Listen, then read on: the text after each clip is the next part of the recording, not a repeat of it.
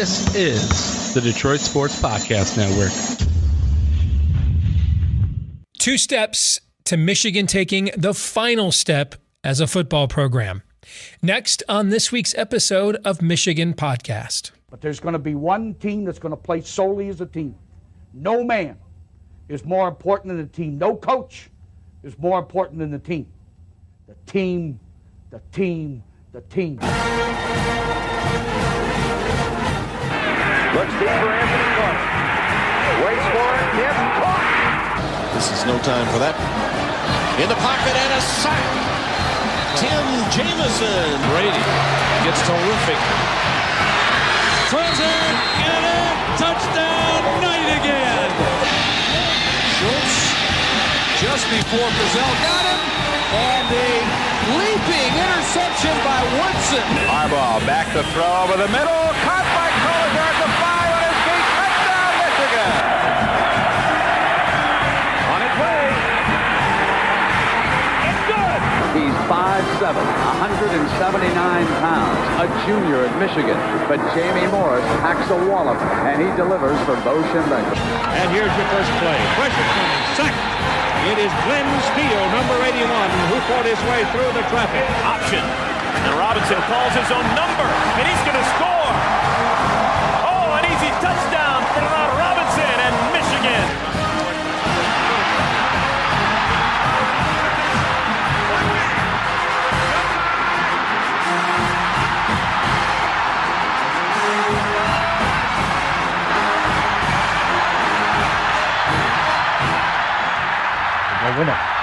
We're going to win the championship again because we're going to play as a team.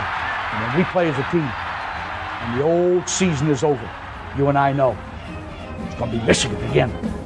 Michigan.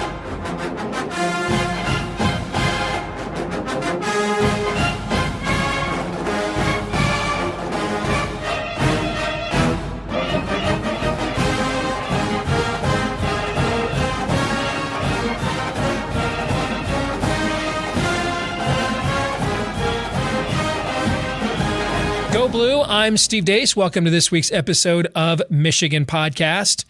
So this season, we saw the Wolverines do something we frankly didn't think we'd ever see under Jim Harbaugh, maybe ever again, because as I've chronicled before in recent episodes, I kind of lost my faith as a fan. But Michigan finally did it. The Wolverines did take the next step, that championship step, hence the shirt I'm wearing here this week. Hence Michigan finishing number 3 in the final AP poll, the Wolverines' highest ranking in the final AP poll since the national championship season of 1997. It's the first time this century that Michigan has finished in the top 5. The last time, Tom Brady's senior year, 1999. Michigan finished 5th. It's the 16th overall top 5 finish, though, for Michigan. So it's not like that's foreign territory around here. It just seemed to be forbidden territory around here over the last couple of decades. So Jim Harbaugh did it. And just to put this aside right now, who knows, maybe it'll be settled by the time you will watch this, but I do believe that Jimmy will be back coaching the Michigan football team next year, regardless of the current NFL speculation. So for the conversation we're about to have, we're just going to stipulate to that fact. Obviously, the calculus changes if Jimmy were to decide to move on. But Michigan did it. Finally, Harbaugh did it. Michigan took the next step as a program and went from unranked in the preseason to number 3 at the end of the season. So many accolades. We ran them all down recently on the program. It would take too long to do it again, but don't think I'm not tempted. But now the question remains, how do we take the final step?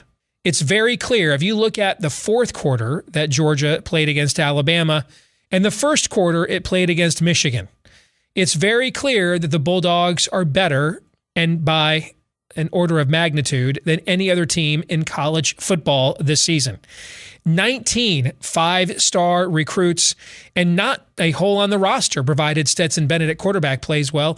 At least with Alabama, there's a couple of places where you're like, I'm not so sure they're great there. Corner, I'm not so sure they're great there. I mean, they're Alabama. They got really good players, but don't know that they're elite at corner. Don't know that it was an elite year on the offensive line at Alabama, Evan Neal aside. Georgia, though, you look at their roster, it really just came down to the quarterback, because everywhere else they looked pretty elite. And I think that will bear itself out here at the end of April when the NFL draft comes calling. But how far away is Michigan? What do the Wolverines have to do to take the final step as a program now and become not just a playoff contender, but a national champion to be? I think there are 2 steps Michigan has to take in order to take that final step. Let's start with number 1.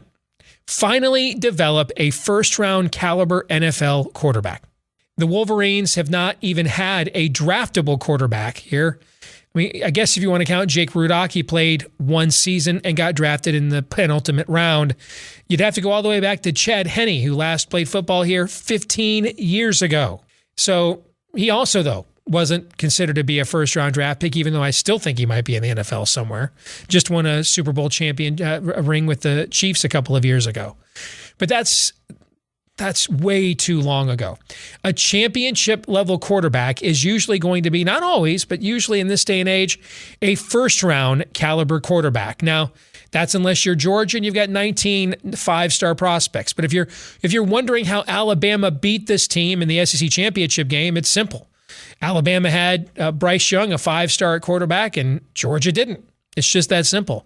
Now, Michigan does have a 5-star quarterback waiting in the wings in J.J. McCarthy. Can they develop him into a first-round caliber NFL quarterback? If so, that's the simplest way for Michigan to take that final step, because what we're going to discuss next comes with a little bit more complications. But can Jim Harbaugh, who still has not had a quarterback drafted, that he recruited at Michigan, can he develop a guy that's a first-round pick? If so, then that opens up the field. That gives you the explosive offense.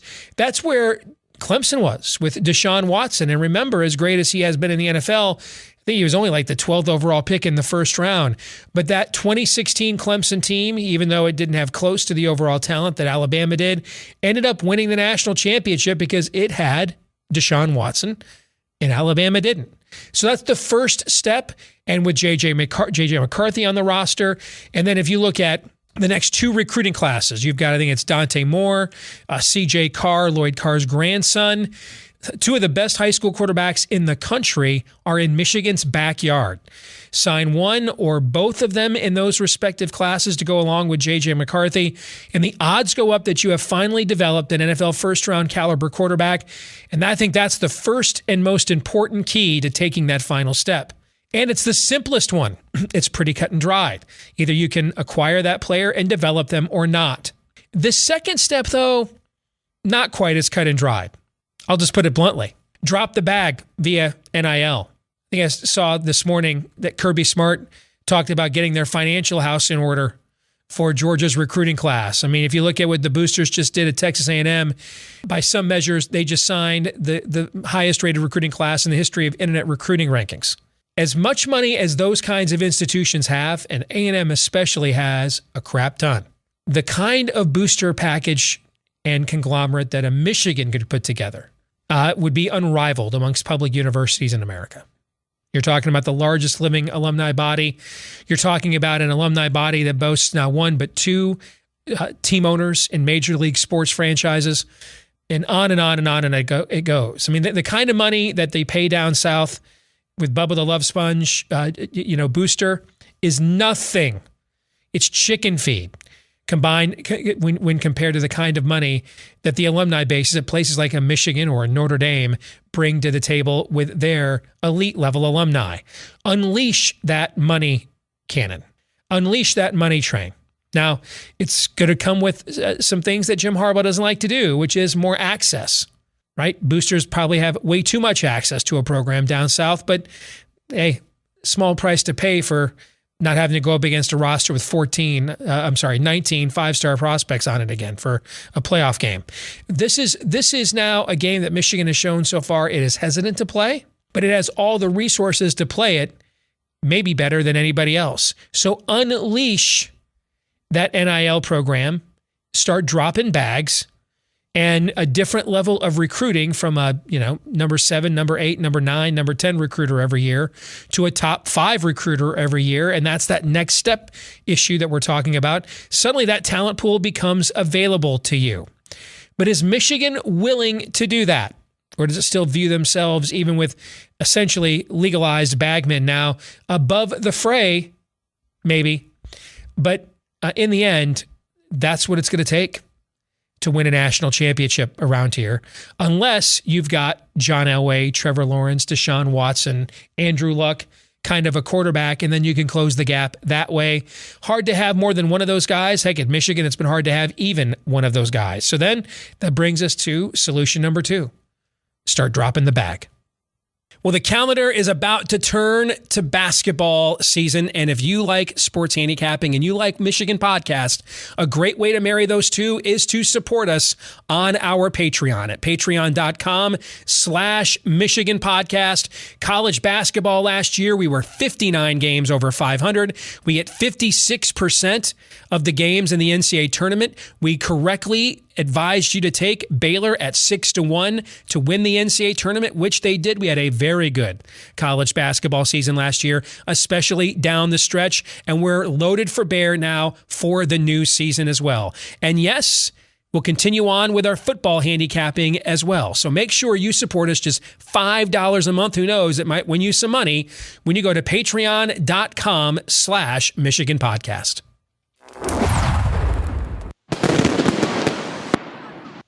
Time now for the 10-minute war, which means we welcome in perhaps the one and only, and maybe we found them, the one and only reasonable bucknut. He is good friend Mark Rogers, who himself has a fantastic channel here on YouTube. You can look at it, watch it, get informed by it. The voice of college football. Just look for Mark Rogers right here on YouTube. And Mark, good to have you back, brother. How are you? Doing well, Steve. Our college football season is in the books, and wow, we've got an SEC as the national champion. How about 4 teams that started the season unranked in the AP poll finished in the top 10? Something like half the poll started the season unranked and finished the season ranked. I think we learned that, with the exception of what happened at the very top with the teams that made the playoff, to completely just throw out whatever data sample we got out of that COVID year beyond those 4 teams. Your thoughts?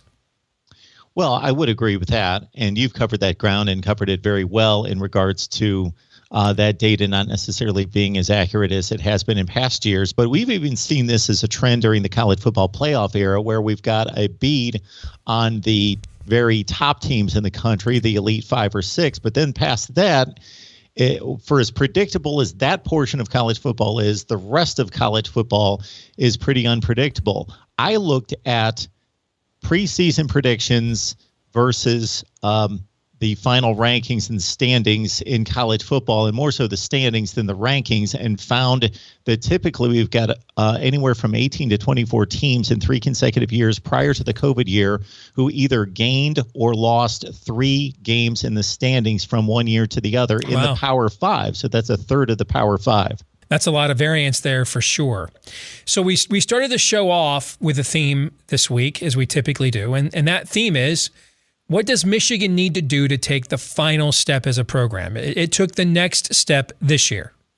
It went from pretty good to being a championship program, finishing number 3, highest finish for the program since the 1997 national championship. It's the first top 5 finish this century. They hadn't done it since Tom Brady's senior year in 1999 when they finished number 5.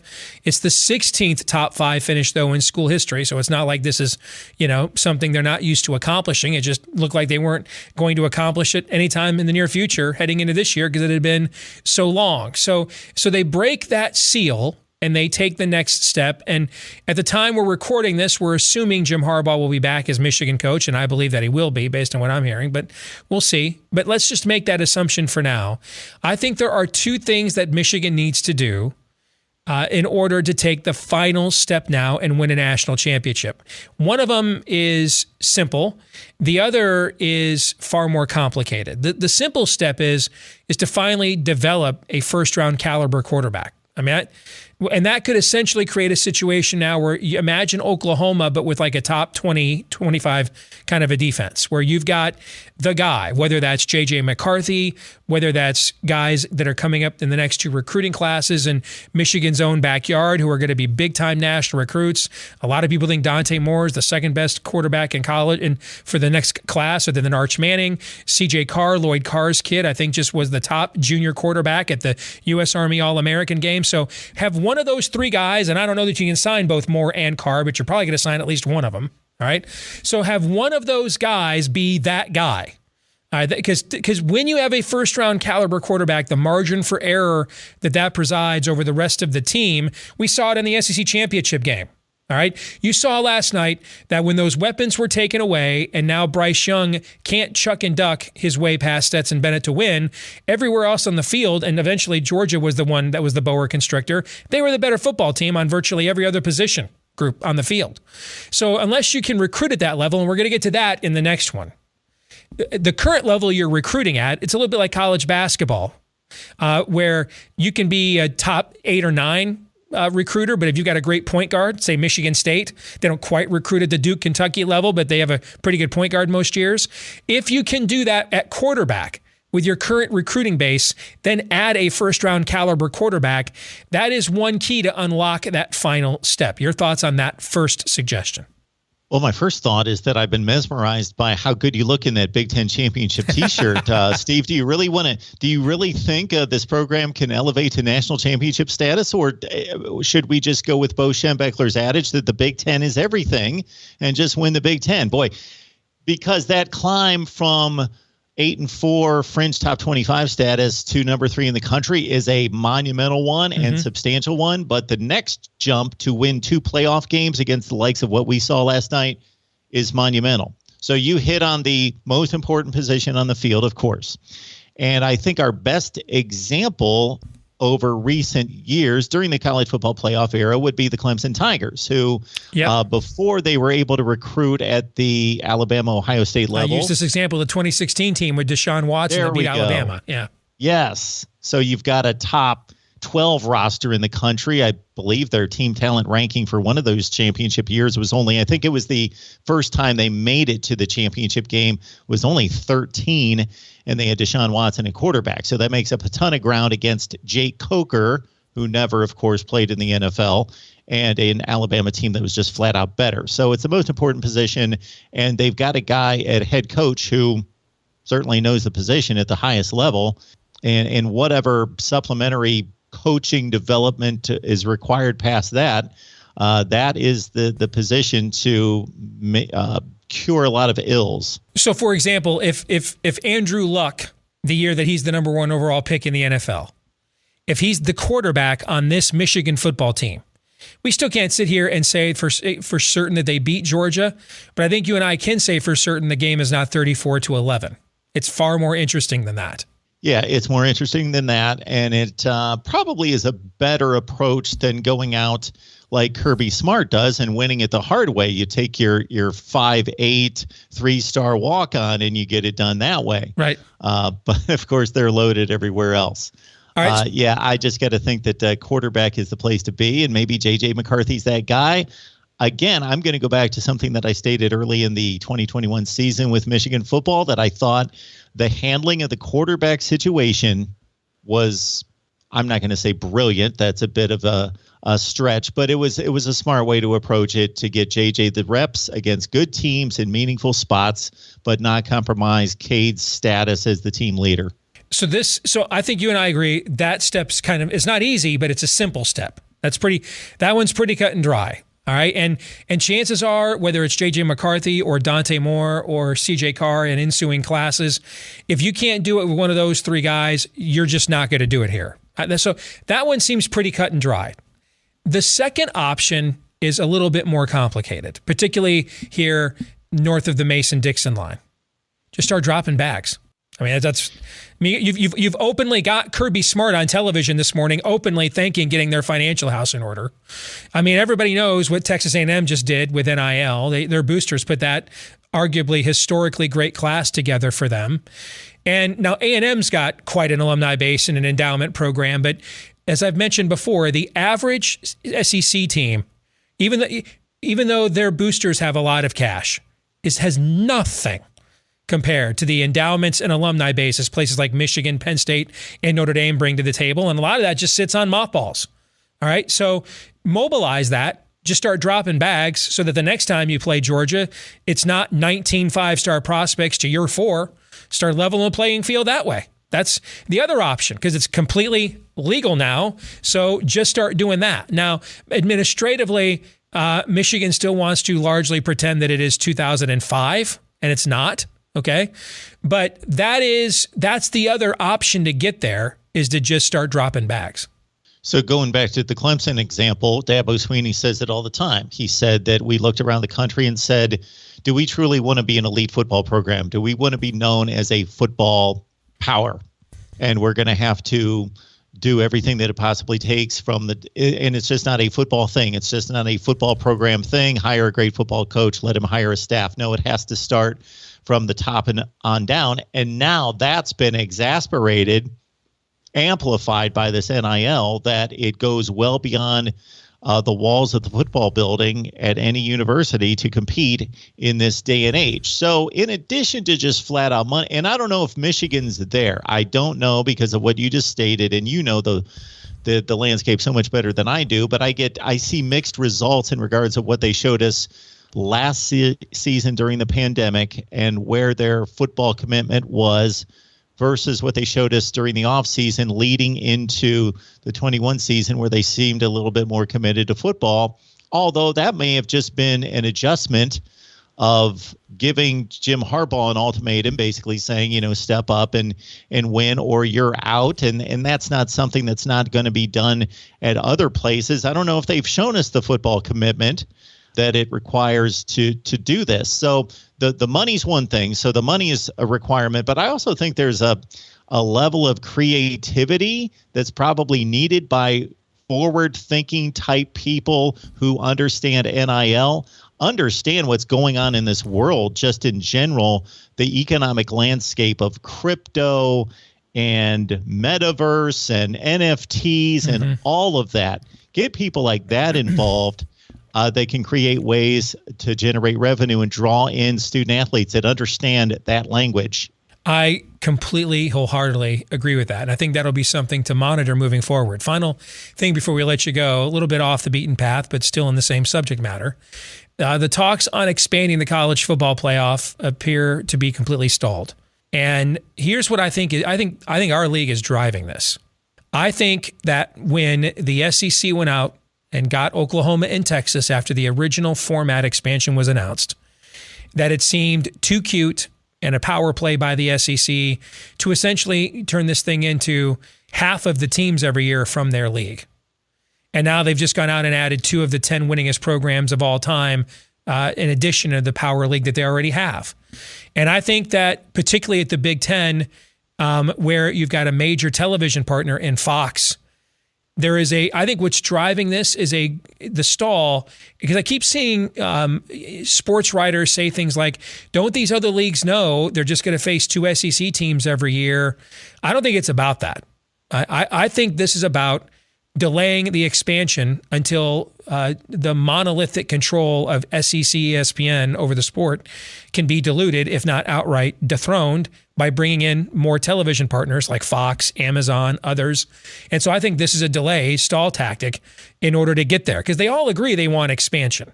And I just don't believe whether those half of those teams are automatic qualifiers or not, whether it would maybe change the outcome of 1 or 2 teams, the original proposal to what the Big Ten wants every year. And there's no guarantee that would even be a Big Ten team that would benefit from that. Okay. To me, what's driving this is the Big Ten has a great desire to dilute the power and control monolithically that SEC ESPN has over the sport, and they're trying to delay it until additional TV partners can bid on this. And I know this is an area where you have a little experience. You come out of that world. What do you think? Well, I think that the Big Ten is fighting an uphill battle. We all know that, and we're going to talk more of the recruiting aspect next week.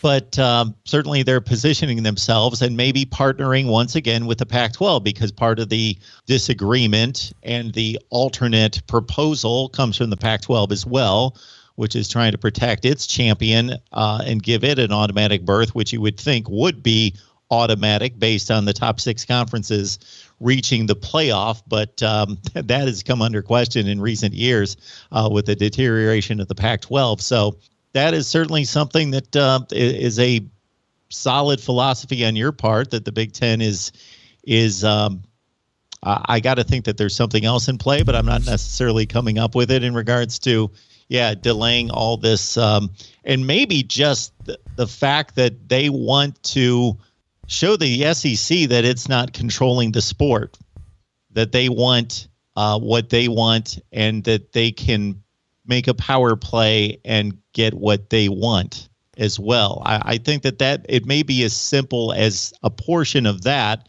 just showing that we have a hand in this as well. We have a major voice that's just as strong as the SEC. And one way you do that is you leverage your television partners into that process instead.